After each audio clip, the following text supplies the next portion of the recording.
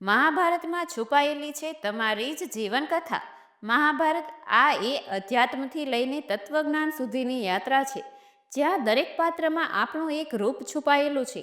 અર્જુન જેવી ગેરસમજ, દુર્યોધન જેવી ઈર્ષા, દ્રૌપદી જેવી ગૌરવભરી પીડા, શકુની જેવી ચાલાકી, આ બધું આપણે રોજિંદા જીવનમાં અનુભવી રહ્યા છીએ. મહાભારત એ માત્ર યુદ્ધની કથા નથી, એ તો જીવનના દરેક દિશા માટે માર્ગદર્શિકા છે. ભગવાન કૃષ્ણે જ્યારે કુરુક્ષેત્રમાં કહ્યું, કર્મ કર, ફળની ચિંતા ન કર, ત્યારે એ કોઈ યુદ્ધકાળની વાત નહોતી. એ જીવનના દરેક સંઘર્ષ માટે યુક્ત છે. આપણે રોજ સંજોગોની ભીત સામે ઊભા રહીએ છીએ, જ્યાં સાચું શું છે અને ખોટું શું એ સ્પષ્ટ નથી દેખાતું. એવી ક્ષણે કૃષ્ણનું ગીતા જ્ઞાન માનસિક સંમતિ અને આત્મવિશ્વાસ આપે છે. મહાભારત કહે છે, સત્યના પક્ષે રહેવું સહેલું નથી, પણ અંતે જીત સત્યની જ થાય છે.